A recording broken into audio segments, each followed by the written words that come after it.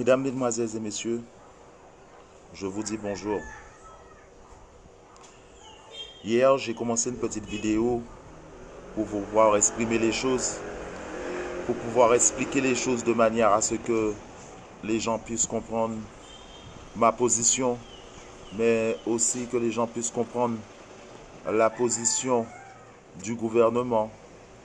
Hier, j'ai été coupé à travers la vidéo que j'avais commencée. Mais aujourd'hui, je donne la suite en français pour que les gens puissent comprendre vraiment ce que j'ai à dire. Hier, j'avais expliqué que le gouvernement suit le processus du démon. Je l'avais dit en créole parce que je voulais que la population entière puisse comprendre. Là, je m'adresse en français pour que tout le monde puisse comprendre. Et là, je veux parler un petit peu de spiritualité pour que les gens puissent comprendre aussi certaines choses. Vous avez vu que pendant des années, il y a eu des pasteurs qui se sont habillés avec des cravates, avec des chemises. Il y a eu des prêtres qui vous ont couillonné. Et quand je regarde aujourd'hui la situation que nous vivons actuellement, je me dis que le Seigneur avait raison quand il disait qu'il y aurait de faux prophètes. Qu'il y aurait, faites attention à des faux prophètes, des personnes qui vont se servir de Dieu afin d'obtenir de l'argent gratuitement dans la main des gens. Et nous l'avons vécu pendant des années, voyant que les églises eux-mêmes, ils ont récupéré de l'argent gratuitement dans la main des fidèles sous prétexte qu'il fallait payer Dieu pour que Dieu puisse pouvoir nous donner quelque chose. À aucun moment il est mentionné dans la Bible que le Seigneur demandera à être payé. Et il n'est pas normal pour moi, et moi, comme je dis, je demande toujours à Dieu de me guider, Dieu a l'esprit de discernement, mais aussi il m'a donné le don de la parole. Et c'est pour cela qu'il écrit dans la Bible, méfiez-vous de l'apparence. Car souvent, la plupart des gens qui viennent vous parler, ils sont habillés avec costard, cravate, chemise. Mais derrière, est-ce qu'ils ont vraiment l'intention de servir vraiment correctement de Dieu? Aujourd'hui, je vais vous dire certaines choses que je connais depuis des années, qui est en moi depuis petit. Même si vous me voyez, comme je dis, avec l'accoutrement que j'ai, mes chaînes et tout, je refuse de faire semblant. Car le Seigneur dit, venez à moi comme vous êtes. Je ne peux pas néanmoins, au fond de moi, vouloir m'habiller comme je suis et faire semblant de mettre une chemise lorsqu'il s'agit de parler de Dieu. C'est comme si je jouais l'hypocrite envers Dieu. Parce que Dieu connaît ton cœur. Dieu connaît tes envies. Dieu connaît tout ce qui est à l'intérieur de toi. Donc si tu fais semblant pour représenter de Dieu et que tes pensées ne correspondent pas avec ses œuvres, je suis désolé. Voilà pourquoi Dieu a envoyé Jésus sur terre. Dieu a envoyé Jésus sur terre, c'était pour nous donner l'exemple. Et beaucoup n'ont pas compris cela. Beaucoup n'ont pas compris cela. Ils ont remplacé Jésus par Dieu. Et si je vous le dis, c'est parce que je suis inspiré, parce que je prie tous les jours depuis le carême a commencé. Je prie tous les jours. Et je me dis que c'est toutes ces erreurs que les prêtres n'ont pas voulu vous dire. C'est toutes les erreurs qu'ils ont commises et ils ne vous ont pas dit les choses correctement. Jésus à aucun moment n'a mentionné qu'il était venu prendre la place de Dieu. Pourquoi aujourd'hui nous faisons tout au nom de Jésus? Jésus certes est notre avocat, oui, mais Jésus a été quoi pour nous sur terre? A été notre frère. Ce qui veut dire qu'il avait les mêmes apparences que nous, il avait les mêmes choses que nous, il faisait les mêmes choses que nous. Et l'exemple qu'il était venu nous montrer, c'est-à-dire il s'est fait homme pour nous montrer l'exemple. Ce n'était pas pour qu'il puisse prendre la place. Nous avons oublié Dieu dans l'affaire. Nous l'avons oublié. Et je dis ça une chose, je donne toujours un exemple lorsque je parle. Je donne toujours l'exemple. Je demande à Dieu de me donner l'exemple. Lorsque je parle, je m'adresse à vous. Une chose qui est simple. Si j'ai besoin de parler à mon frère, à mon père, je vais passer par mon frère pour demander quelque chose à mon père. Est-ce que c'est logique? Si vous avez besoin de quelque chose et vous avez besoin de quelque chose à demander à votre papa, est-ce que vous allez passer par votre frère pour aller demander quelque chose à votre père? Non. Si vous avez envie de demander quelque chose à votre père, vous allez le demander directement. Vous n'êtes pas obligé de passer par votre frère, par votre soeur pour aller lui demander quelque chose, puisque c'est lui qui vous a mis sur terre. C'est lui qui vous a donné la vie. Pourquoi vous ne lui donnez pas la valeur qu'il mérite? Alors que dans la Bible, il est écrit « glorifiez mon nom ». Il a jamais dit de glorifier le nom de Jésus. Il a dit « glorifiez mon nom, mon nom, mon nom ». Je le répète encore une fois. Je prends encore un exemple et je me dis toujours « Seigneur, sois à l'intérieur de ma tête pour que je puisse pouvoir dire les choses correctement ». Si vous avez un enfant, ou du moins vous avez 2 enfants, il y a un enfant qui parle de vous tous les jours, qui glorifie votre nom tous les jours, qui défend votre cause tous les jours, quel que soit l'endroit où il passe, tous les jours, il prononce votre nom. Demain, vous passez dans la rue, vous rencontrez des gens, les gens vous disent « Ah, cet enfant que vous avez là, il vous défend partout. Il n'y a pas moyen de dire quoi que ce soit sur toi. » Et l'autre, par exemple, qui lui, mais il ne présente pas l'amour de la même manière. Est-ce que vous êtes censé savoir que cet enfant vous aime comme celui qui vous a présenté justement qu'il vous aimait, par ses actions? Eh bien, c'est la même chose que Dieu attend de nous. C'est la même chose que Dieu attend de nous. Qu'est-ce que vous allez faire vis-à-vis de cet enfant-là? Lorsqu'il va vous demander quelque chose, l'enfant qui est tout le temps en train de vous valoriser, vous n'allez pas vouloir envie de lui donner la chose avant que celui qui vous a demandé quelque chose, l'autre qui est à votre côté? Votre cœur va automatiquement aller vers celui qui proclame votre nom, qui vous glorifie et qui est là, qui est toujours présent. Et c'est pour ça que je dis tout le temps, Dieu est comme nous, Dieu ressent les mêmes choses que nous. Parce que nous sommes nés à son image. Nous sommes nés à son image. Et quand je regarde les choses aussi, je dis à certaines personnes, lorsque vous vous regardez devant le miroir, qui est-ce que vous voyez? Les gens me répondent, non, je vois moi, je vois moi. Mais vous avez une chose, vous avez oublié cet être que vous êtes. Puisque la parole vous dit, vous êtes né à l'image de Dieu. Donc lorsque vous vous regardez devant le miroir, qui est-ce que vous voyez? Vous voyez Dieu. Vous voyez Dieu. Pourquoi? Parce que vous êtes né à son image. C'est le reflet de Dieu que vous voyez. Donc Dieu est en il est en chacun de nous, comme il était aussi dans Jésus. Oui, c'est pareil. C'est pour ça que moi je dis, je regarde une chose. Quand Dieu nous a dit, glorifiez mon nom. Je prends encore un exemple avec vos enfants.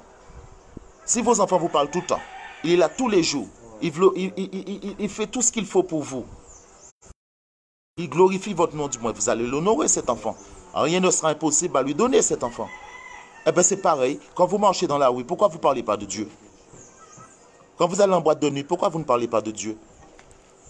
Quand vous allez dans les sound systems, quand vous allez dans les bouillons, quand vous allez vous amuser dans les dancehall, dans les danses pour les métropolitains, dans les soirées, et pourquoi vous ne parlez pas de Dieu? Qu'est-ce qui vous empêche de parler de Dieu? Vous êtes prêt à défendre, si je vous assure, si votre mère ou votre père était présent là où vous étiez et que quelqu'un venait à l'attaquer, est-ce que vous ne serez pas prêt à le défendre? Bien sûr, vous serez prêt à le défendre parce que c'est votre père ou votre mère. Eh bien, c'est pareil. Pourquoi vous avez honte de défendre votre père qui vous a créé, celui qui est là-haut? Pourquoi vous avez honte de le défendre? Expliquez-moi une chose. Moi, je dis une chose qui est simple. Dieu nous avait donné tout ce qu'il fallait. Nous avait donné tout ce qu'il fallait. Et je prends un exemple pour vous expliquer et pour vous faire comprendre là où Satan est rusé. C'est pour que vous puissiez comprendre une chose qui est simple. Satan a trouvé un très grand moyen, ne serait-ce que pour vous détourner de Dieu. Il est simple, et je prends l'exemple. Est-ce que parmi vous, il y en a peut-être qui le font? Comme vous envoyez vos enfants à l'école pour faire des études, pour apprendre des diplômes, pour obtenir quelque chose de ce monde qui aujourd'hui ne sert pas à grand-chose puisque nous sommes tous mal, nous allons être tous malades, contaminés, et nous allons peut-être mourir. Est-ce que vous vous êtes assis avec votre enfant en leur disant... Prenez votre Bible et apprenez votre leçon. Est-ce que vous avez joué des jeux avec eux qui parlaient de la Bible? Est-ce que vous vous êtes attentionné ne serait-ce que quelques secondes, enfin quelques heures avec votre enfant pour faire découvrir à votre enfant ce que c'est la Bible? Vous avez eu le temps, je vous assure, de dire que je suis fatigué. Mais le temps de fatigue, ça ne vous empêchait pas d'ouvrir votre livre pour lire, même étant couché sous votre lit. Ça ne vous empêchait pas de le faire. Vous avez trouvé toutes sortes d'excuses pour ne pas le faire. Vous avez trouvé énormément d'excuses. Par contre, quand il s'agissait d'aller danser, quand il s'agissait d'aller faire semblant, aller à l'église, et je passe un message aussi pour certains qui vont à l'église. Ils peuvent me haïr, ils peuvent me détester. Mais la moitié, voire 3/4% des gens qui vont à l'église, c'est des semblants qu'ils font. Ils ne vont pas à l'église pour Dieu. Ils vont à l'église pour montrer aux gens qui vont à l'église. Parce que lorsqu'ils sortent de l'église, et je vous le dis, quand ils sortent de l'église, ils rentrent dans une haine envers leur propre famille. C'est un scandale, c'est une histoire de terre, c'est une histoire de partage, c'est une histoire, ouais, tu viens de sortir à l'église, justement, pour dire à Dieu que tu l'honores, que tu l'aimes, que tu le vénères. Et dès que tu sors de l'église, ton frère te dit, donne-moi un bout de terre. Tu dis à ton frère, non, c'est pas sa terre, c'est terre. À quel moment tu as mis un bout de terre sur terre? Est-ce que c'est toi? Tu es issu de la terre, toi. Toi qui dis la terre, c'est à toi. Pour certaines personnes qui disent, ouais, c'est terre en moins. À aucun moment la terre ne vous appartient puisque vous êtes issu de la terre. Vous êtes issu de la terre, donc la terre, du moins c'est vous qui appartenez à la terre. Donc allez dire que ça c'est terrain en moins, c'est mon terrain, c'est à moi. Mais je peux vous poser une question qui est simple. Lorsque vous mourrez, est-ce que vous partez avec le bout de terre? Non, vous allez sous la terre pour vous montrer que vous n'êtes rien du tout. Le bout de terre que vous étiez en train de vous battre pour ne pas partager avec votre frère. Le bout de terre que vous étiez en train de vous chamailler, prêt à tuer votre frère pour dessus. Lorsque vous êtes mort, où est-ce que vous allez? Vous devenez poussière. Exactement comme la terre. Donc ça veut dire que la valeur que tu veux donner à ce que Dieu a créé, je trouve que tu exagères. Tu exagères. Et il y a une autre chose encore. Quand je vois les gens qui vont à l'église et qui donnent des offrandes et qui donnent des fleurs, qui donnent des trucs comme ça à l'église, je vais vous expliquer une chose qui est logique. Comment vous pouvez offrir à Dieu ce qui lui appartient? Expliquez-moi ça. Vous allez prendre un bout de fleurs, un bouquet de fleurs. Vous allez emmener dans l'église pour dire, bon, je donne ça à Dieu. Mais ça à Dieu. Les plantes sont à Dieu. C'est lui qui l'a créé. Tout ce qu'il a créé, ça à lui. Donc, c'est comme si tu me dis, je veux t'offrir un cadeau. Et tu vas prendre les clés de ma propre voiture. Tu l'emmènes pour moi. Tu lui dis, tiens, je t'offre un cadeau. Ben, c'est ma voiture. Donc, qu'est-ce que tu peux m'offrir de plus? Je t'ai donné la vie. C'est la chose la plus importante que Dieu nous dit. Alors, quel cadeau que tu peux offrir à Dieu, à part être reconnaissant envers ce qu'il a fait pour toi? Bien sûr, à part être reconnaissant envers ce qu'il a fait pour toi. Tu ne pourras rien donner à Dieu qui est équivalent à la vie qu'il t'a donnée. Rien. Tu auras beau lui offrir une voiture, tu auras beau lui offrir... Et tout ça, c'est des... Quand je vois des gens qui viennent, ils déposent de l'argent dans des trucs, ils te disent, saint machin, saint... Je ne dis pas que les saints n'ont pas existé, chacun a leur travail. Les saints sont là, c'est comme des anges, ils sont là pour nous protéger. Aussi, parce que ce sont des soldats de Dieu. Chaque saint et chaque machin a son travail à faire. Tout comme nous, chaque être humain, nous avons un travail à faire. Mais nous devons comprendre une chose qui est simple. Ce qui nous arrive actuellement, c'est toutes les erreurs que nous avons faites par le passé. Toutes les erreurs, lorsque Dieu nous a donné la chance de nous en sortir. Dieu nous a mis du monde à côté de nous pour nous donner la chance de nous en sortir. Parfois, nous sommes laissés aveuglés par autre chose. Je parle aussi pour la femme et pour les hommes.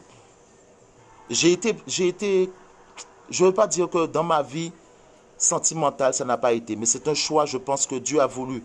Il n'a pas voulu peut-être que je reste avec qui que ce soit pour que je puisse me consacrer beaucoup plus à lui. Et ça, je l'ai reconnu depuis petit. J'ai essayé, bon, ça n'a pas marché, mais peu importe.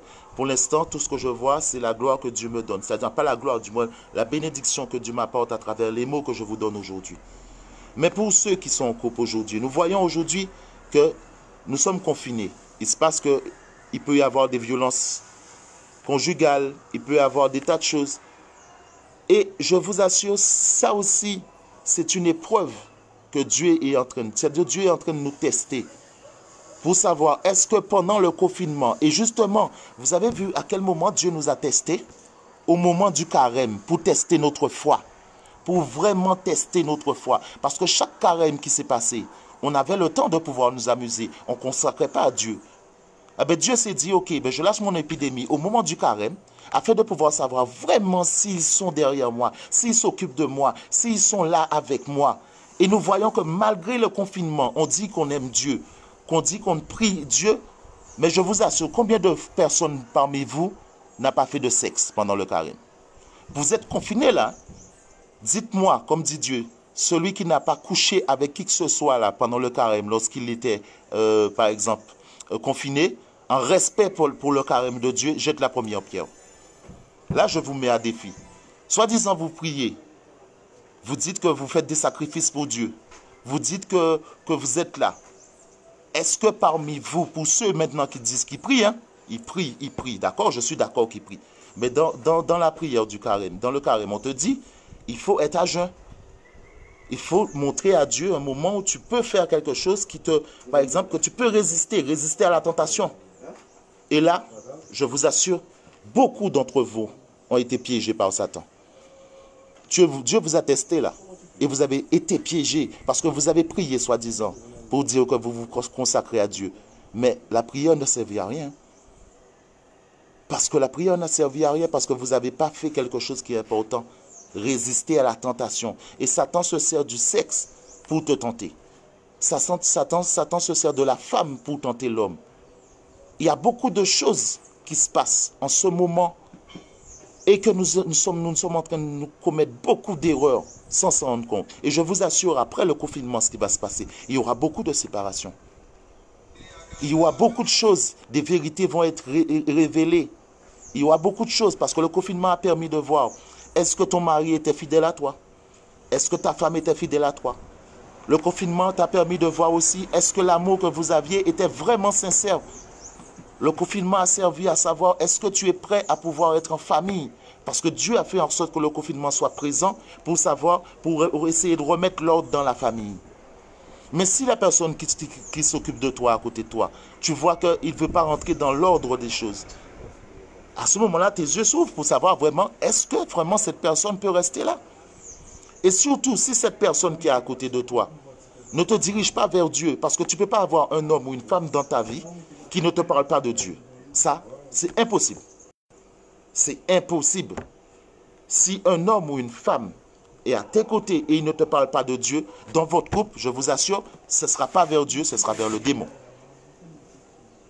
Et je vous l'assure, parce que Dieu te dit, si je suis avec toi, soit ta femme ou soit ton homme parlera. Et il y a une chose encore qui est simple. Si un homme ou une femme croise en Dieu, celui qui l'accompagne est protégé par l'amour que celui a envers Dieu. Ça veut dire tout simplement que si moi je crois en Dieu et que ma femme ne croit pas en Dieu, le fait que je crois en Dieu, eh bien, je protège ma femme. C'est ce que Dieu nous voulait faire comprendre dans la Bible. Voilà pourquoi Dieu a voulu qu'on soit deux et qu'on soit unis. C'est pour ça que Dieu a volé les choses. Et je prends un exemple encore sur d'autres choses encore que j'ai à dire. C'est long puisque je vais couper tout à l'heure. Mais je parle au niveau, par exemple, quand je disais glorifier Dieu. Vous savez une chose, ce que pasteur ne vous dira pas, ce que prêtre ne dira pas. Est-ce que lorsque vous aviez été à l'église, on vous a parlé de l'Apocalypse? Je mets à défi la plupart des gens qui ont été dans les églises catholiques. À quel moment le prêtre, et maintenant remémorisez tous les moments où vous avez été à l'église, à quel moment vous avez vu que le prêtre vous a parlé de l'Apocalypse? On vous a parlé de Matthieu, on vous a parlé de Luc, on vous a parlé de toutes sortes de... On vous a dit tout ce que Dieu a fait, en fait tout ce que Jésus et Dieu a fait en amont. Mais ils ne se sont jamais arrêtés sur l'Apocalypse pour vous dire ce que Dieu vous avait prévenu, c'est-à-dire ce que Dieu vous a donné pour une mise en garde. Et c'est pour ça que vous êtes piégés aujourd'hui. C'est pour ça que vous vous retrouviez bloqués. Vous êtes bloqués que sur le passé, mais vous ne vous êtes jamais posé la question, il y a un futur. Il y a un futur. Regardez dans les églises, et je vous dis, prenez des exemples, peut-être qu'ils vont me haïr, mais comme je dis, Dieu me parle. Et j'ai des gens qui sont autour de moi. Il y a des gens qui sont autour de moi là, qui font partie de vous, qui croient en Dieu et qui me parlent et je leur dis merci. Je leur dis merci d'être présents. Donc je vais vous expliquer une chose qui est simple. Vous voyez que Dieu parle en parabole. Pour quelle raison? Je vais vous expliquer. Pour que le démon ne puisse pas savoir ses intentions. Et je vous explique une chose. Vous n'allez jamais entendre ça dans les églises. La Bible est écrite en parabole parce que l'autre partie de la Bible se trouve en nous. Ça veut dire que chaque enfant qui vient au monde vient avec une partie de la Bible en lui. Et je vous explique là parce que je donne toujours des exemples. Si Dieu nous dit de nourrir l'esprit, ça veut dire tout simplement d'aller chercher l'autre partie que j'ai mis dans les Écritures. Ce qui veut dire l'autre partie va venir compléter justement cette partie que vous êtes né avec. Voilà pourquoi le démon ne peut pas savoir ce que vous avez. Et quand vous priez en silence. Parce que si vous parlez dans votre prière, le démon entend vos intentions. Donc qu'est-ce qu'il va faire? Automatiquement, il va prendre le devant. Il va faire en sorte de mettre quelque chose pour empêcher que votre souhait soit réalisé.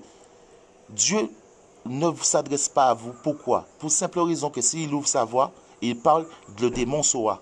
Donc il préfère se servir du silence et il préfère se servir de ta foi. C'est pour ça qu'il te dit tout le temps, va, ta foi te sauvera. Ça veut dire que si tu as foi en Dieu, Dieu rentre en communication avec toi.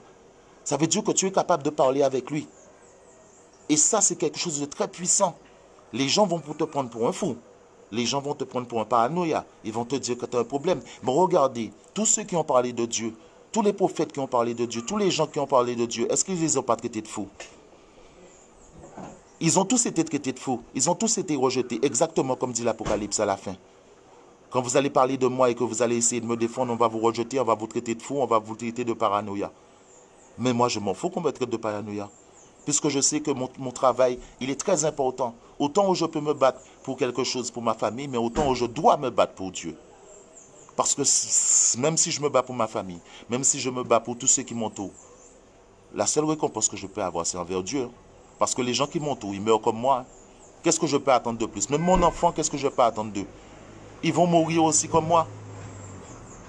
Donc c'est pareil, la seule chose que je peux attendre, c'est de celui qui m'a mis au monde, une récompense. Donc je dois me battre pour pouvoir lui montrer que je l'aime. Et je vous dis encore, je vous montre encore un autre exemple. Quel est votre GPS pour que je puisse comprendre que vraiment l'homme que vous voyez devant vous, j'aurais pu être pasteur, j'aurais pu être, mais je suis un visionnaire. Dieu m'a donné ça, le fait de voir les choses. Je vais vous expliquer quel est votre GPS pour Dieu. Dites-moi. C'est quoi votre GPS? Si vous trouvez, vous êtes fort. J'attends, je laisse 5 secondes, 6 secondes pour certains qui sont en ligne là. Dites-moi, c'est quoi votre GPS pour Dieu? C'est quoi votre GPS?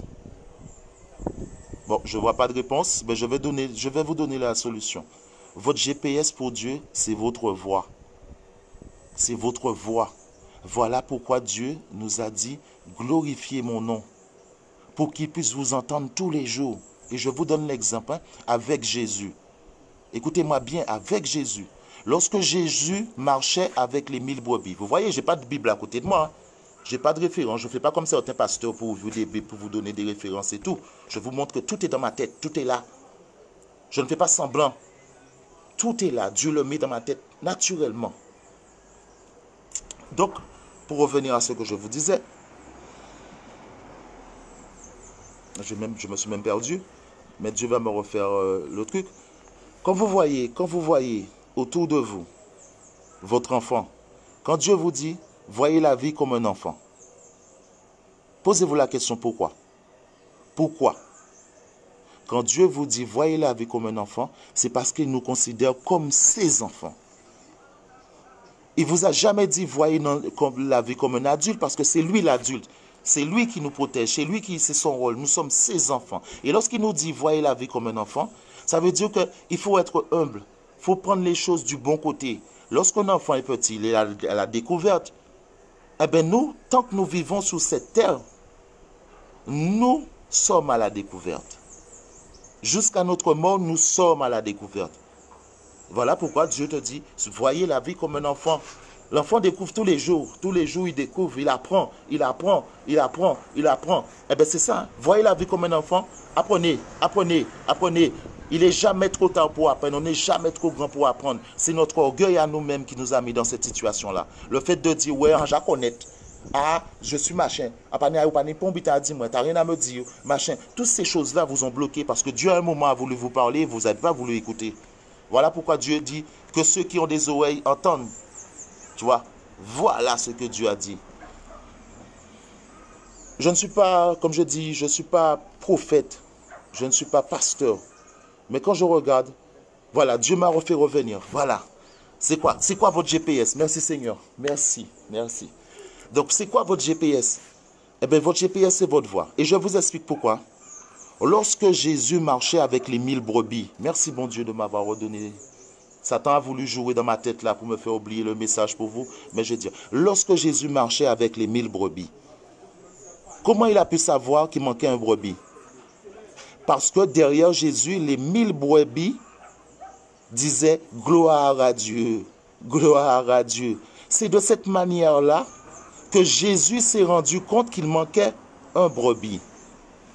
Par la reconnaissance de sa voix. Et Dieu nous dit dans la Bible, chaque voix est unique. La tonation de chaque voix est unique. Et je prends exemple, comme Dieu me dit toujours de vous donner l'exemple pour que vous puissiez comprendre. Si vous avez 10 enfants et que vous bandez vos yeux et qu'on vous met dans une pièce, on fait rentrer les 10 enfants, vous allez reconnaître la voix de chaque enfant. Vous allez dire ça c'est telle personne par l'intonation de sa voix. Parce que c'est vous qui les avez mis au monde et vous les entendez tous les jours. Et c'est pour cela que je dis que si Dieu nous a demandé de glorifier son nom tous les jours, ça veut dire qu'il voulait entendre notre voix pour nous reconnaître. Voilà pourquoi aujourd'hui, on est en problème. Pour ceux qui croient en Dieu et qui parlent de Dieu, qui n'a pas honte de parler de Dieu en boîte de nuit, qui n'a pas honte de prononcer le nom de Dieu tous les jours, Dieu les entend tous les jours. Voilà pourquoi, automatiquement, lorsqu'ils sont perdus et qu'ils sont quelque part, Dieu prend moins de temps pour venir les aider. Alors que toi, si par exemple, tu ne prononces jamais le nom de Dieu, tu ne parles pas de Dieu, tu ne dis rien, il ne t'entend pas du tout. Ça ne veut pas dire qu'il ne viendra pas te chercher, il viendra te chercher. Mais il prendra plus de temps à te retrouver parce qu'il n'a pas l'habitude de t'entendre. Il ne reconnaît pas ta voix. Voilà pourquoi Dieu nous a dit, glorifiez mon nom tous les jours, parlez de moi tous les jours. Et je prends l'exemple encore pour vous faire mieux comprendre. Si vous êtes perdu en forêt et que vous n'avez pas de portable, vous n'avez rien pour pouvoir vous faire reconnaître, et vous entendez qu'on vous recherche, qu'est-ce que vous allez faire? Vous allez gueuler. Au secours, au secours. On va entendre votre voix. C'est ce qui vous sert de GPS. Donc, ce qui veut dire, nous sommes dans un monde où nous sommes des milliards sur Terre. Donc, Dieu, il est unique. Ce qui veut dire que ce n'est pas parce qu'il dit qu'il est parmi nous, qu'il est avec nous, que vous pensez que Dieu va se diviser, se multiplier en plusieurs personnes. Non, il est unique comme toi.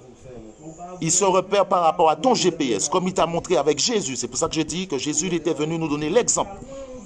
Il n'était pas venu pour prendre la place de Dieu, il était venu nous donner les exemples. Et c'est les détails qu'on ne vous a pas donnés, les pasteurs ne vous a pas donnés, et les prêtres ne vous a pas donnés, qui a fait en sorte que vous n'avez pas compris le message de Dieu.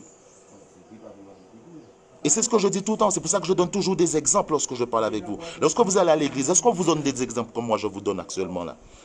Si je n'étais pas quelqu'un qui croyait en Dieu, si je n'étais pas quelqu'un qui avait foi en Dieu, Dieu m'aurait donné cette possibilité de vous parler comme ça aujourd'hui. Et je n'ai pas honte de parler de lui. Regardez mon accoutrement. J'ai mes chaînes, j'ai machin, j'ai mes anneaux, j'ai machin. Et c'est pour ça que Dieu te dit, méfiez-vous de l'apparence. Regardez les gens qui viennent vous voir en costard cravate. Ils ressemblent à qui? Ils ressemblent aux mêmes personnes qui font du mal à Dieu. Quand je vois un pasteur avec une cravate et une chemise à l'église, je ne dis rien, mais ça me fait mal. Parce que pourquoi ça me fait mal? Parce que je me dis, il ressemble aux mêmes personnes qui persécutent Dieu. Parce que quand tu regardes des informations, le président, il a quoi? Il a une cravate, il a un costard. Quelle différence qu'il y a entre un pasteur et un président? Il n'y a pas de différence. Tu ne vois pas la différence. Alors que Dieu te dit, différencie-toi des autres. Différencie-toi des autres. Alors comment veux-tu qu'un pasteur puisse rentrer dans un ghetto ou puisse rentrer dans un quartier sensible, habillé comme ça et venir dire qu'il parle à Dieu? Est-ce que ces jeunes vont l'écouter? Ces jeunes ne vont pas l'écouter. Parce que ces jeunes, eux, ils n'ont qu'une image dans leur tête. Quand ils voient ces gens en costard et en cravate, ces gens-là sont venus les couillonner. Ils ont ça comme image parce qu'ils se font couillonner que par des gens par cravate et costard. Alors comment pouvez-vous me dire que vous allez à l'église parler justement à votre soeur et frère habillés dans les mêmes conditions que les gens qui les persécutent? Habillez-vous normalement. Qu'est-ce qui vous empêche de venir parler de Dieu en short, en basket, en t-shirt? Ce n'est pas l'apparence que tu présentes, c'est ce que tu as dans le cœur, c'est ce que tu fais ressortir dans le cœur, c'est ça le plus important.